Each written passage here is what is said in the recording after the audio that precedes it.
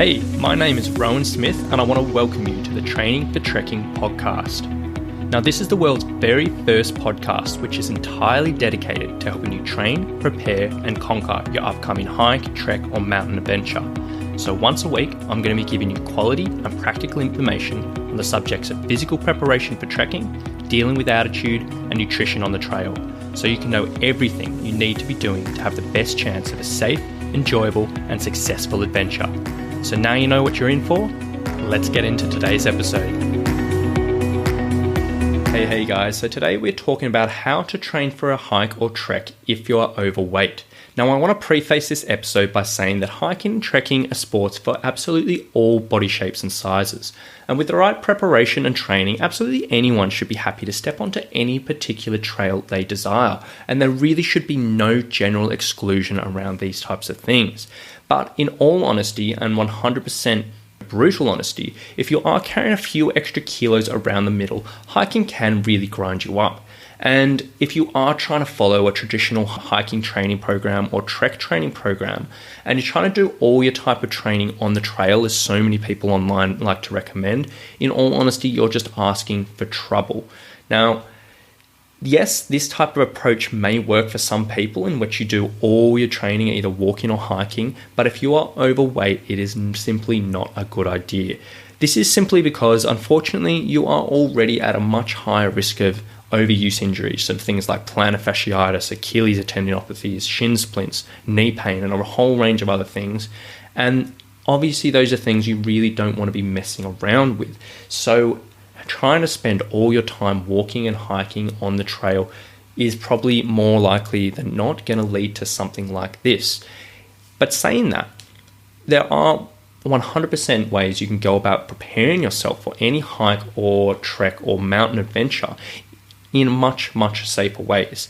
And you simply just need to be smart about your training, and you need to structure it to minimize any chance of discomfort or injury, while obviously trying to improve your fitness and your strength and your trek readiness as well. So today we're just going to be diving into how you can get, fit, strong, resilient, capable for a trail adventure, even if you are carrying a few extra kilos around the middle. Now, the very first subject I want to talk about is something called off-feet conditioning. Now, off-feet conditioning is an incredibly valuable part of anyone's trek training program. But if you're going from overweight, it goes from being valuable to absolutely essential. Now, off-feet conditioning is simply doing some type of aerobic exercise in order to develop your aerobic capacity and muscular endurance without putting any stress through your feet and your knees. The idea behind this is you're going to improve these aspects of fitness in a much lower impact way than hiking or walking, which will still have great carryover into your performance on the trail, but it's going to minimize that risk of your body getting ground down. Now, great examples here include things like stationary cycle, the step machine, walking or swimming in the pool, the elliptical, and there's a whole bunch of other particular cardiovascular machines and exercise you can do in the gym. But basically stuff that has very minimal impact around your feet and your knees, but still you can maintain for a longer period of time. So this type of training is particularly important during the early stages of preparation programs, so maybe your first 4 to 6 weeks. In fact, if you are overweight and you haven't been active for a while, I personally get my clients spending the first phase of their program doing all their aerobic training as off-feet conditioning. And the idea behind this, again, is if you can develop those cardiovascular aspects of exercise without putting stress through the joints initially, once you do get to your hiking and your walking, you can be a lot more comfortable. You don't have to worry about getting absolutely knackered and pushing through a whole bunch of different issues. By doing this before you start any type of hiking, you really just can put yourself in a really good position. Now, I will say that even though I do recommend this and I'm very big fan around this, obviously you still do need to do some type of walking and hiking, but you want to slowly introduce that into your preparation. And then as you go longer through the weeks and the months, you might be doing something like, one off-feet conditioning session and one walking session. Or you might be doing 2 walking sessions and 1 off-feet conditioning session. The key point here is just not doing all your time on the trail, because that is going to grind you up. But off-feet conditioning can be so valuable in this instance. Now, the next thing I want to talk about is strength training. Now, if you've been listening to this podcast for a while, you know I am 100% an absolute fan of strength training for any hiker, trekker, or mountaineer. And if you are overweight, strength training is even more valuable. Now, this is for a few reasons. Like, number one, strength training is the number one thing you can be doing to help bulletproof your joints from injury. And as I said just before, if you are overweight, you unfortunately are a bit of a high risk of injury to begin with. So by spending a little bit extra time doing strength training, minimizing this risk, you can really set yourself up to be in a much better position to get through your training, get through your hiking, get through your adventure, injury and pain free. On top of this, strength training is amazing for improving movement efficiency, meaning for every single step that you take on the trail, you're going to be using less energy, which is always beneficial. And then on top of all this, particularly if you are carrying a few extra kilos, increasing your strength can turn those uphills and those stairs into something much more manageable. And I know a lot of people that I've dealt with in the past who are a little bit overweight and they're training for their adventures. Sometimes they're pretty happy on the flats. They're pretty happy walking for miles and miles like that. But when they do come to that elevation, those stairs or those hills, it does really get tough. And strength training can be very beneficial around this. But as I've said previously, when I talk about strength training, it doesn't just mean doing hundreds of squats or step-ups or lunges at home, or just jumping into a generic circuit class at your local gym. While these can help, they are really, in the grand scheme of things, quite low in effectiveness. Instead, you really should be working through a tailored, structured strength training program, which is designed for you as an individual and also around the upcoming challenges of your trek. Now, in here, you want to be talking to, if you don't know how to do that yourself, probably talking to a professional and just making sure you are talking to a personal trainer or a strength conditioning coach who does understand what the demands of hiking and trekking are, because just jumping into a generic program, which someone will just throw you to do 1,000 exercises, is very low on that effectiveness. So if you do need help with that, obviously I'm always here and you're more than welcome to reach out. But moving on is the next one. We've got hiking smart. Now, as we said before, reducing the amount of time spent on the trail is very beneficial. However, that doesn't mean hiking training is not important. But the key part here to minimize your risk of injury, minimize your risk of pain, and make sure that you are getting the best out of this type of training is to have a plan of attack and is to put a little bit of structure on. Now, the simplest way of explaining this is the very first hikes you do, they should be short, they should be really easy, and in all honesty, you should finish them feeling like you could have done plenty more. So for someone who is completely sedentary, that might be a 3 or 4 kilometer hike, and they might be like, hey, I've finished that, I've accomplished that, I'm feeling good. For someone who is a little bit more experienced, it might be a 10 kilometer hike, or it might be a 15 kilometer hike. Everyone's going to be a little bit different, but you really want to find in the first few ones you do, they were super easy. And then every time you do a hike, try not to increase your hiking time by more than 20% at a time, which might sound a little bit weird at first, but if you get out a pen and paper or jot down in the calendar what you've been doing bit by bit, you can really track what you're doing and the distance and the hiking time behind this. And this is really important for a general hiker, but very particularly for the overweight hiker. Now, the reason behind this is that a spike in your training load, for example, this means if you were doing a 2-hour hike one week and you jump up to a 4-hour hike the next week, is one of the most significant causes of injury. And while someone who might be a little bit lighter frame might simply pull up with a bit sore muscles and achy joints and maybe have to have a few extra days to recover, if you're overweight, you don't want to risk this because you are already at a higher risk of more serious injury.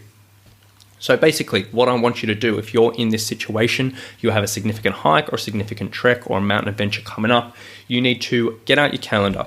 You need to mark in all the days you want to go hiking. This doesn't have to be 100%, but you want to have a rough idea over the months leading forward.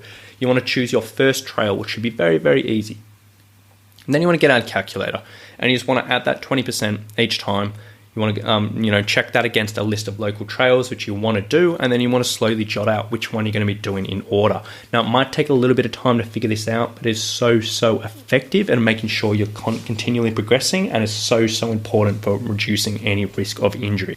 So next up, I want to talk about recovery sessions. Now, recovery is one thing that's often neglected in traditional training programs, but if you are overweight, you really cannot afford to skip this. Recovery sessions are basically really, really important for aiding muscle recovery and adaptation in between sessions, reducing muscle soreness, and really just keeping you healthy, pain-free, and happy in your training. Now, there are countless different recovery methods you could be doing, and you could just literally go into Google, type in how to recover between sessions, and you can get a million different things. And here's a few really, really simple things, really, really effective things that I quite often ask my clients to do, which more or less anyone can do. For one, you can spend 5 minutes foam rolling every day. You can just choose a muscle that's particularly sore or it might be tight, spending a little bit of time rolling up and down on a roller. 5 minutes a day doesn't take much, but it can make a bit of a difference. You can perform on top of that 20 minutes of stretching and foam rollings on your off days. So that's in between days that you aren't particularly training. Actually dedicate 20 minutes doing this, and it can make a bit of a difference. The night after completing a hike, wear some compression clothing to bed. I previously mentioned compression tights, really, really effective at reducing muscle soreness, can be relatively beneficial for recovery in between sessions. Literally, if you do a long hike, wear them to bed. They can make you feel a little bit better.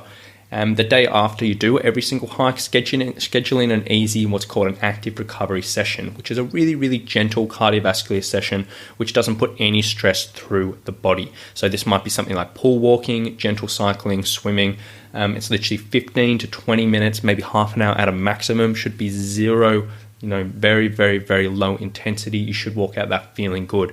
And then very, very, very important, make sure you're getting 8 quality hours of sleep every single night, which I cannot stress how important that is for anyone who's training. Incorporate those simple things into your weekly routine and can really, really make the big difference between success and failure in your training. And failure, I mean breaking down with injury and pain and bad moods and tiredness and just dropping out before you even get onto your adventure. So I highly recommend you take those steps and apply them into your week. And then next, get your gear right. This is a question, what the best piece of gear is. A question will literally never end, and it's something that drives me a bit mental on the internet. But if you are overweight, without diving into specific brands or anything like that, there are 2 really, really essential things you need to get right when it comes to equipment. Number 1, you always want to use trekking poles. Now, I've talked about this previously, but trekking poles are 100% a trekker's best friend. They keep you balanced, they help improve your posture, they aid your circulation, and most importantly for you is they take a lot of pressure off your lower limbs when you're hiking, particularly your knees and your feet. Now, if you're overweight, this is 100% incredibly essential. Every single time you hit the trail, no matter how short it may be, bring your poles, make it happen. Just don't have any excuses there because they can make such a difference and it's just not worth skipping them out. And then number 2 is getting your boots fitted. So having the wrong pair of boots is obviously a disaster waiting to happen. You just don't want to mess around with this. So simply just don't buy your boots online. I cannot stress that enough. If you go into a shop, talk to one of the experts. If the expert doesn't know what they're talking about, go to another shop. Make sure you really, really, really get them properly fitted. Spend a bit of time figuring them out. And just get it right the first time. And if you are having problems with your feet or problems with your boots, I highly recommend you go and see a podiatrist. Talk to a professional in that, and 100% that makes such a big difference to your time on the trail and your injury risk as well. And then on top of this, the final thing I want to talk about is weight management strategies. Now, if you are overweight, now, losing a few kilos can go a long way to both your enjoyment and your success on the trail. And what I'm talking about has nothing to do with looks or social stigma or just the weight loss world. I used to be in that world, I'm not anymore, and I'm not incredibly interested in that type of stuff, but simply for the fact that for every extra kilo your body holds, it can put an incredibly disproportionate amount of extra force through your joint. And people always talk about losing weight in their pack. They absolutely obsess about it. But even dropping 1 kilo of body fat, if you're doing a long trek, can make a massive difference to both your enjoyment and your chances of injury. And obviously, weight loss is an incredibly complex subject, and the details of that is well beyond the scope of this podcast. There's millions and millions of podcasts around that. But today, I just want to share one simple strategy which I apply to my hikers and trekkers, which does make a bit of a difference. And it's simply going off the old recommendation of never go shopping when you're hungry. So when you're hiking and you're training, you're obviously burning a whole bunch of extra energy. And the natural response to that is getting relatively hungry just to purely refuel and get the body back into, fully fueled state. And a common habit many people have, and I've definitely fallen into the trap of this as well, is they do their training and their hiking session, and then they go to shops and they buy the next meal. Now, a recent example of this is I did a big training hike with Ali the other day, leading into, we've got our Kokoda trip coming up. We did a big hike. We didn't have any food with us for the end of the trip. We had enough while we're doing it. We didn't have any food at home.